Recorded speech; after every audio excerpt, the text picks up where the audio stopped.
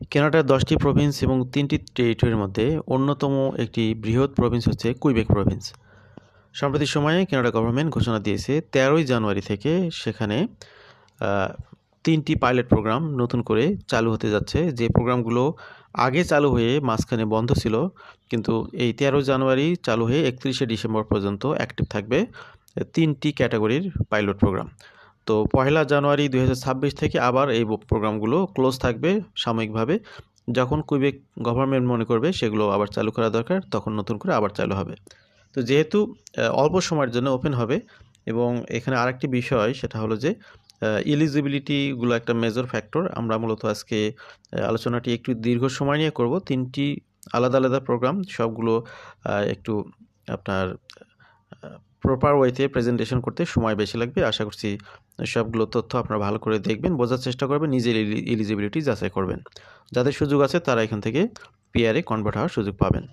তো কানাডা এবং পৃথিবীর বিভিন্ন প্রান্ত থেকে যারা আজকের আলোচনা শুনছেন সবাইকে স্বাগত জানাচ্ছি আমাদের আজকের এই আলোচনায়।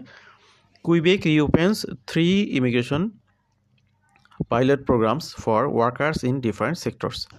তো এখানে 3টি আলাদা আলাদা সেক্টরেই মূলত পাইলট প্রোগ্রামগুলো ওপেন হবে। তো এই প্রোগ্রামটি অলরেডি গতকাল থেকে মূলত এটির কার্যক্রম শুরু হয়ে গেছে।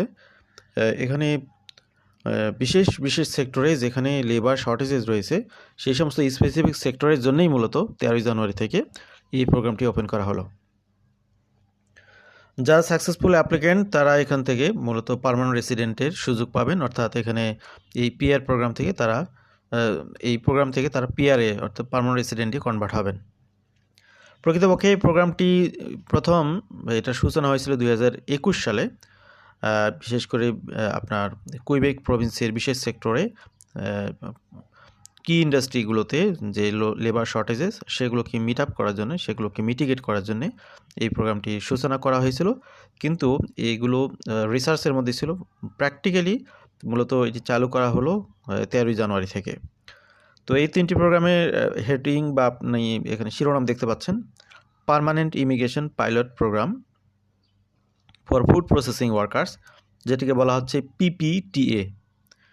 এরপরে সেকেন্ড যে প্রোগ্রাম সেটা হচ্ছে permanent immigration pilot programme for beneficiary attendants, এটার নাম হচ্ছে পিপিপিএবি। এবং 3 নম্বর যে প্রোগ্রামটি সেটি হচ্ছে permanent immigration pilot programme for workers in artificial intelligence, information technology and visual effects sector, এটাকে বলা হচ্ছে PPIA/TI স্পেস ইভি। তো এই 3টি প্রোগ্রামেই মূলত